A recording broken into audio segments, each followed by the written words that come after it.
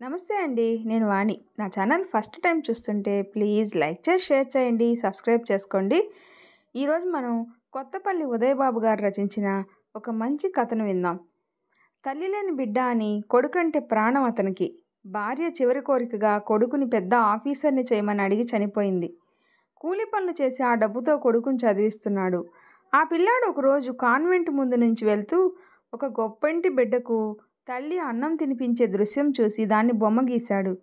కానీ కొన్ని సంవత్సరాల తర్వాత ఆ తల్లి బిడ్డ ఎలాంటి పరిస్థితుల్లో కనిపించారనేది మనసుకు హత్తుకునే కథ. వినండి. ఏరా సీనుగా, నేను బేరానికి వెళ్తున్నాను. నువ్వు అన్నం ఒక్కటి వండేసి స్కూల్కి వెళ్ళిపో. ఎదవనాయాలతో కలిసి ఎక్కడైనా ఆడినట్టు కనిపిస్తే తోలు వలిసేసి పనిలో ఎట్టేస్తా. అర్థమైందా? దండాన ఉన్న ఎర్ర తుండుగుడ్డ తలకు చుట్టుకొని గుమ్మం పక్కనున్న రిక్షా దగ్గరికి వెళ్ళాడు సోములు. అట్టాగే నాన్న.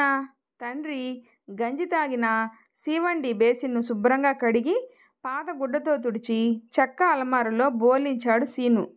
మళ్ళీ ఏమనుకున్నాడో తిరిగి గుడిసెలోకి వచ్చాడు సోములు. సీనుబాబు ఇలారా అని పిలిచాడు మోకాళ్ళ మీద కూర్చొని. ఏంటి నాన్న అంటూ దగ్గరగా వచ్చాడు సీను. వాడి 7 ఏళ్ల లేత ముఖం చిదిమితే పాలు గారేంత మృదువుగా ఉండి, నిర్మలమైన తెల్లని నందివర్ధనం పువ్వు లాంటి మెరిసే కళ్ళతో, పాల మీగడ చెక్కిళ్లతో, మరీ ముఖ్యంగా రేపు విడిచే సంపంగి మొగ్గ లాంటి ముక్కుతో మిలమిలా మెరిసిపోతుంది. దగ్గరగా వచ్చిన కొడుకు ముఖాన్ని 2 చేతుల్లోకి అపురూపమైన వస్తువులా తీసుకొని వాడి కళ్ళల్లోకి చూశాడు సోములు. అవే మల్లె మొగ్గల కళ్ళు, అదే కోటేరు వేసిన ముక్కు, అవే బంగినపల్లి మామిడి పళ్ళ బుగ్గలు, అంతా సేంద్రీయ పోలికలే. వాడి కళ్ళ మీద, బుగ్గల మీద, నుదురు మీద పెళ్ళు బుక్కుతున్న ప్రేమతో ముద్దులు పెట్టుకొని, జాగ్రత్తగా బడికెళ్ళు నాన్న, అన్న ఏళ్ళకొచ్చేయి, కలిసి తిందాం. నేను కర్రీ పాయింట్ నుంచి కూర రసం తెత్తాను అనేసి కొడుకుని మరోమారు హెచ్చరించి వెళ్ళిపోయాడు సోములు. రిక్షా నెమ్మదిగా తొక్కుతున్నాడన్న మాటే కానీ సోములు ఊహల్లో సేంద్రీయ పోలికలున్న సీను గురించే ఆలోచన. తాను కొడుకును ఏనాడు తిట్టడు, కొట్టడు, ఊరికే అరుస్తాడంతే. ఆ అరుపులు అంటేనే సీనుకు చాలా భయం. నువ్వు అరిస్తే నాకు భయమేస్తుంది నాన్న, అమ్మ దగ్గరికి వెళ్ళిపోవాలనిపిస్తుంది. ఒకసారి ధైర్యం చేసి తండ్రి దగ్గరగా వచ్చి అన్నాడు సీను. అంతే. అమాంతం సీనుని గుండెలకు అద్దుకొని, ఇంకెప్పుడు అరవను నాన్న. మరి నువ్వు మాట వినకపోతే ఆపరేషన్ చేయించుకోకుండా అమ్మ వచ్చేస్తుంది. ఆపరేషన్ చేయించుకోలేదు కాబట్టి అమ్మ చచ్చిపోద్ది. అమ్మ చచ్చిపోవడం నీకిట్టమా చెప్పు అన్నాడు తను. లేదు నాన్న, నీ మాట వింటాను. అమ్మ ఆపరేషన్ చేయించుకొని వచ్చేసరికి నేను పెద్ద డాక్టర్ని అవుతాను. అమ్మకి మళ్ళీ జ్వరం రాకుండా జాగ్రత్తగా చూసుకుంటాను, నిన్ను కూడా అన్నాడు తండ్రి కౌగిలిలో గువ్వలా ఒదిగిపోతూ. రెండోసారి గర్భం ధరించి 7వ నెలలో పట్నంలో డాక్టర్కి చూపించి తీసుకొస్తున్న సమయంలో ఊరు శివార్లలో లోడుతో ఉన్న ఇసుక లారీ రిక్షాను గుద్దేసింది. ఆ వేగంలో లారీ మర్రి చెట్టుకు గుద్దుకొని పక్కకు ఒరిగిపోయింది. తొట్టిలోని ఇసుకంతా రిక్షాలోంచి ఎగిరిపడ్డ సెంద్రి మీద పెద్ద గుట్టలా జారిపోయింది. లారీ డ్రైవర్ తన సీటులోనే ప్రాణాలు వదిలేశాడు. తనకు స్పృహ తప్పిన కొద్దిసేపటికి మెలకువ వచ్చి చూసుకొని ఇసుకంతా దిగలాగితే ఇసుక కింద కొన ఊపిరితో సెంద్రి వెక్కి వెక్కి ఏడుస్తూ లేపి ఆసుపత్రికి తీసుకెళ్దామని ప్రయత్నిస్తే సెంద్రి చెయ్యెట్టుకొని ఆపేసి వాలిపోతున్న కళ్ళతో అంది, మావా, నువ్వెంత ప్రయత్నం చేసినా నేను బతకను, నాకు తెలిసిపోతా ఉంది. సీనయ్య జాగ్రత్త మామా, నేను లేకుండా ఒక్క క్షణం ఉండలేడు ఎర్రి సన్నాసి. అమ్మా అమ్మా అని అలుపు లేకుండా కొంగట్టుకొని తిరుగుతానే ఉంటాడు. ఆడు జాగ్రత్త మామా, ఆడు పెద్దయి బాగా చదువుకుంటే నిన్ను బాగా చూస్తాడు. ఆడిని ఇంగ్లీష్ కాన్వెంట్లో వేసి ఆడు మమ్మీ అని పిలిస్తే మురిసి ముక్కలైపోదామనుకున్నాను. ముక్కలవకుండానే మమ్మీనైపోతున్నాను. ఆడు జాగ్రత్త మామ అంటూ తన చేతుల్లోనే ప్రాణం వదిలేసింది అది. ఆ ప్రమాదంలో లారీ యజమాని సెంద్రి సావుకు కారణమైనందుకు గొడవ పోలీసుల దాకా వెళ్లకుండా కొంత డబ్బు ముట్ట చెప్పాడు సోములకి.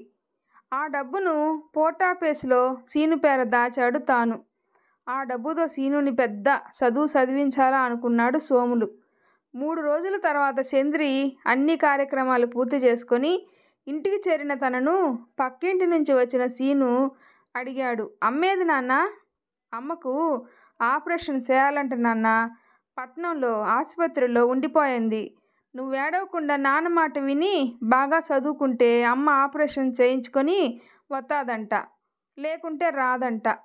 రేపటి నుంచి నువ్వు బుద్ధిగా బళ్ళోకి వెళ్ళి అయ్యోరు చెప్పినవన్నీ బాగా విని చదువుకోవాలంట. ఆ గోళీలాడే నాయాలతో చేరి బడి మానెత్తే అమ్మ ఇంకెప్పుడు రాదంట. మరి అమ్మ మన ఇంటికి రావాలా వద్దా అన్న తండ్రి మాటలు విని బోరు నేడుస్తూ నాన్న నాకు అమ్మ కావాలి అంటూ భుజం మీద వాలిపోయాడు. ఈ ఊళ్ళోనే ఉంటే ఈ కుర్ర ఎదవలంతా కలిసి సీనుని ఏడిపించడం కోసం మీ అమ్మ చచ్చిపోయిందిరా, మీ నాన్న నీకు అబద్ధం చెప్పాడు అని పిల్లాడికి ఎక్కిస్తే తాను అమ్మను తెచ్చివ్వలేడు. పైగా తాను అబద్ధం చెప్పినట్టు ఆ చిన్న మనసుకు తెలిసిపోతే తన మాట వినడు. చంద్రికిచ్చిన మాట తాను నిలబెట్టుకోలేడు. అందుకే పట్నం వెళ్ళిపోవాలి అనుకొని పట్నంలో అప్పుడప్పుడే రూపుదిద్దుకుంటున్న కాలనీలో ఓ డబ్బున్న ఆసామి కాళ్ళు పట్టుకొని అతనున్న సందు చివర డ్రైనేజీ అవతలి గట్టు మీద పుంతన అనుకొని చిన్న పాక వేసుకొని అందులోకి మకాం మార్చేశాడు తను. ఆ కాలనీలోకి రావాలంటే ఆటోలు బస్సులు తిరిగే ఆ రోడ్డు మీద నుంచి కిలోమీటర్ దూరం లోపలికి రావాలి. అప్పుడు అందరికీ రిక్షా అవసరం అవుద్ది అనే ఆలోచనతో ఆ ఆసామి దగ్గర డబ్బు అప్పు తీసుకొని కొత్త రిక్షా కొనుక్కున్నాడు తను. అప్పటికే ఆ కాలనీలో ఒక కాన్వెంట్ వెలిసి నడుస్తుంది. చంద్రి కోరిక ప్రకారం సీనుని ఆ కాన్వెంట్లో చదివిద్దాం అనుకున్నాడు. కానీ కాన్వెంట్ వాళ్ళు బీదవాడని కూడా చూడకుండా వేలకు వేలు డబ్బు కట్టమన్నారు. అదే సమయంలో కాలనీలో పేద కుటుంబాల పిల్లల అవసరం గుర్తించి ఒక ప్రాథమిక పాఠశాలని ప్రభుత్వం ప్రారంభించింది. అందులో సీనుని చేర్చి అక్కడ పెద్ద మేడం గారికి తన పరిస్థితిని చెప్పుకున్నాడు తాను. సేవాభావంతో అక్కడ పనిచేస్తున్న ఆమె సీనును ఉత్తమ విద్యార్థిగా తయారు చేస్తానని, తన కళ్ళల్లో పెట్టుకొని చూసుకుంటానని మాట ఇచ్చి ఆ ప్రకారమే సాగుతుంది కూడా. అయితే ఆ స్కూల్లో కుర్రాళ్ళు సీను బాగా చదువుతున్నాడు అనే ఉక్రోషంతో తూటుకాడలతో ఆడే క్రికెట్ అలవాటు చేశారు.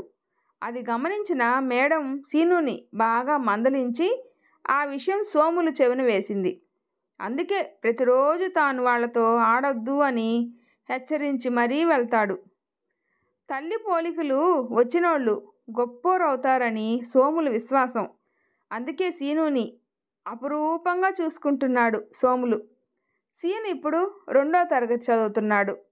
తండ్రి హెచ్చరించి వెళ్ళిపోయాక టీచర్ గారిచ్చిన ఇంటి పని చేసేశాడో లేదో చూసుకున్నాడు.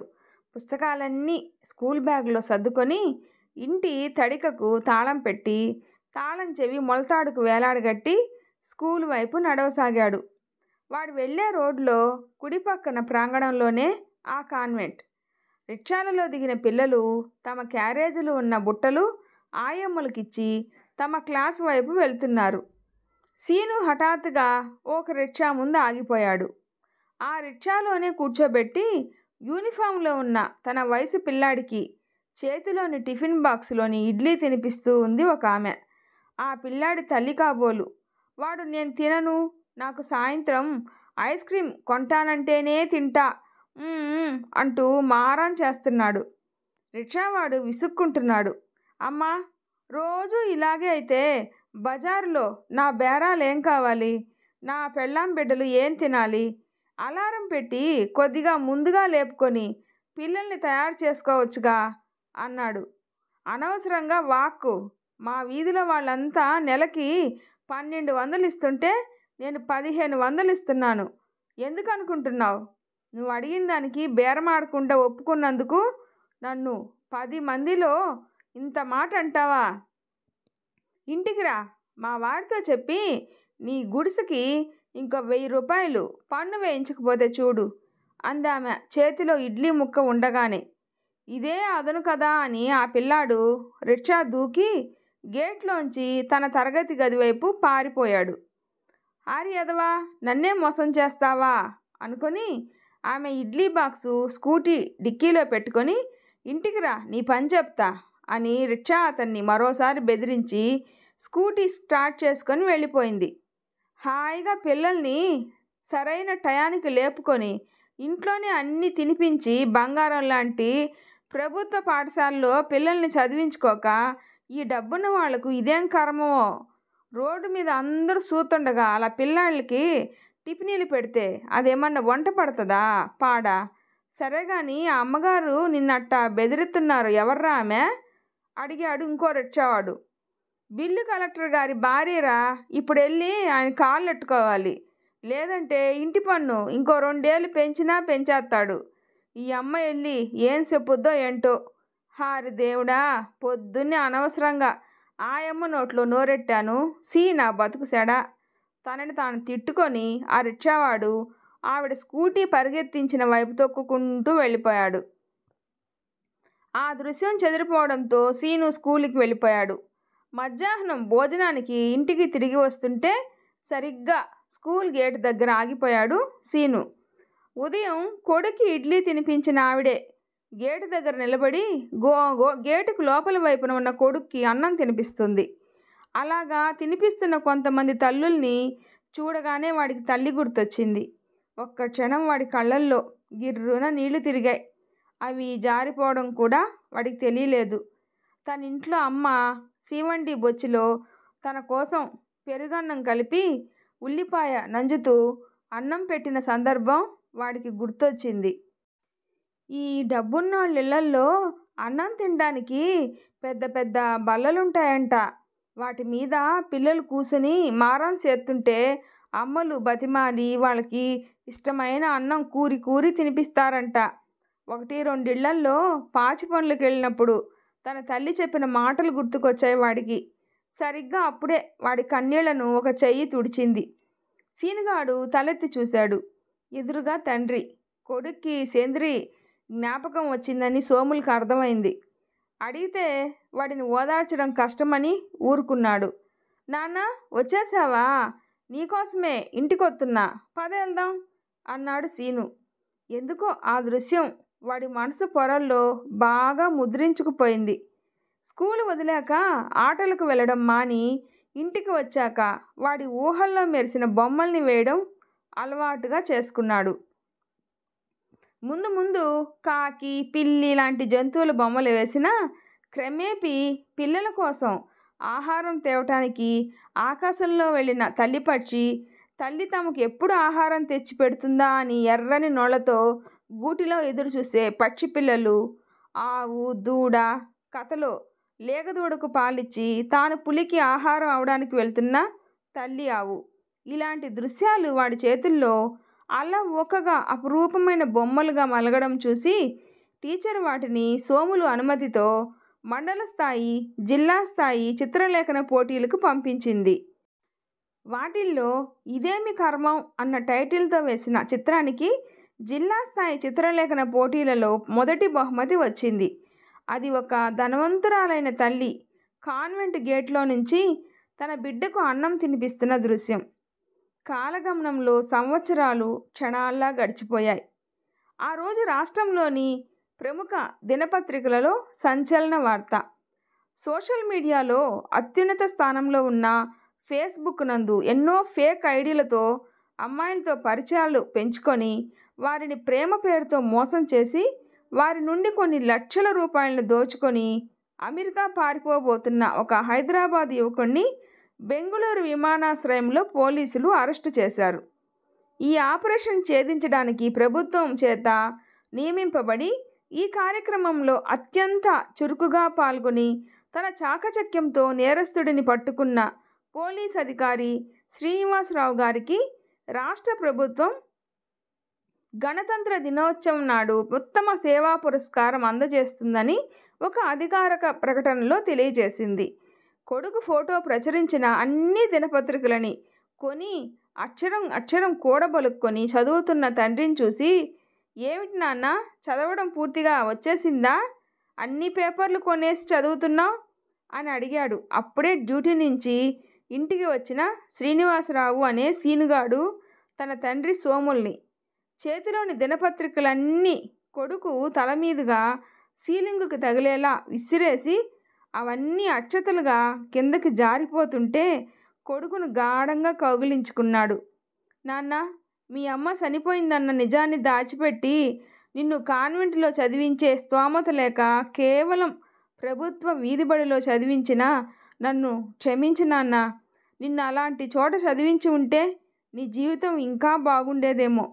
తప్పు చేసేసానేమో నాన్న అన్న సోములు కళ్ళల్లో గిర్రున నీళ్లు తిరిగాయి. తండ్రి కన్నీళ్లు తుడిచి సోముల కాళ్ళకు నమస్కరించాడు సీను. ఇది మీరు నన్ను ప్రభుత్వ పాఠశాలలో చదివించినందుకు లభించిన బహుమతే నాన్న, ఈ గౌరవమైన ఉద్యోగం. ఇదే కాదు, నేను వేసిన కొన్ని బొమ్మలకు అంతర్జాతీయ ఖ్యాతి లభించింది అంటే అదంతా నువ్వు పెట్టిన భిక్ష నాన్న. నన్ను ఆశీర్వదించు నాన్న అన్నాడు. బాబు, ఒక్కసారి మా అబ్బాయిని చూడొచ్చా? తన సీట్లో కూర్చొని కొత్త కేసు ఫైల్ను పరిశీలిస్తున్న శ్రీనివాసరావు తలెత్తాడు. ఎదురుగా ఒక తల్లి చేతిలో టిఫిన్ బాక్స్తో. ఆమె ఆనాడు కాన్వెంట్ గేటు ముందు నిలబడి గేటుకు లోపల ఉన్న కొడుక్కి అన్నం తినిపించిన తల్లి. ఆమెలో ఆ పూర్వపు భేషజం ఎక్కడా లేదు. ఆ నేరస్తుడు ఎవరో కాదు, ఆమె బ్రతిమలాడి అన్నం పెట్టిన కొడుకు. శ్రీనివాసరావు అనుమతితో కొడుక్కి కడుపార అన్నం తినిపించిన ఆమె వెళ్ళిపోతూ సీను చేతిలో ఒక ఉత్తరం పెట్టి వెళ్ళిపోయింది. సీను ఆశ్చర్యపోతూ ఆ ఉత్తరం చదివాడు. అందులో ఇలా ఉంది: బాబు, నీకు శుభాశీస్సులు. నిన్ను కన్న తల్లి ఎంతో అదృష్టవంతురాలు. మా డబ్బున్న ఇళ్లల్లో పిల్లలను మీ పేదోళ్ళు కన్నట్టే కంటాం, కానీ పెంపకాలలో తేడా. మీకు జీవితంలో ప్రతి చిన్న అంశం అవసరం, మాకు అన్ని అతిశయంతో కూడిన అవసరాలు. లేని భేషజాలకు పోయి అక్రమ మార్గాల్లో డబ్బు సంపాదించి ఆ డబ్బుతో పిల్లలను ప్రేమతో పెంచుతున్నాం అనే భ్రమలో వాళ్ళు అడిగిందల్లా ఇచ్చి వాళ్ళని ఇలా తయారు చేయడంలో మా తల్లుల పాత్ర చాలా తక్కువ బాబు. మా పిల్లలు బాగా చదువుకోవాలని, విదేశాల్లో ఉద్యోగాలు చేయాలని, అక్కడ స్థిరపడి 10 తరాలకు సరిపడా సంపాదించాలని మాత్రమే తల్లులుగా ఎక్కువ శాతం మంది కోరుకుంటాం. అందుకోసం మా మగవాళ్ళు చేసే పనుల్ని నీకు వివరించలేను. కానీ ఒక్క మాట మాత్రం నిజం బాబు, నేను నా బిడ్డకు పెట్టిన అన్నం మాత్రం గుండెల నిండా పిల్లల పట్ల పెంచుకున్న కన్న ప్రేమతోనే బాబు. నువ్వు చిన్నప్పుడు జిల్లా స్థాయిలో పొందిన బహుమతి చిత్రాన్ని నేను ఆనాడు దినపత్రికలో చూశాను బాబు. ఆ చిత్రంలో తల్లిని నేనే అని తెలుసు, కానీ ఆ కాన్వెంట్ గేటు నా బిడ్డకు చెరసాల అవుతుందని, ఆ గేటు లోపల ఉన్న నా కొడుకు నేరస్తుడు అవుతాడని కానీ నేను ఊహించలేదు బాబు. అదొక్కటే నువ్వు అర్థం చేసుకుంటే చాలు బాబు. నీ కన్నతల్లి ప్రేమ లాంటిదే ఈ కన్నతల్లి ప్రేమ అని కూడా నువ్వు అర్థం చేసుకుంటే అదే చాలు బాబు. ఉంటాను. శుభాశీస్సులతో, ఒక అమ్మ.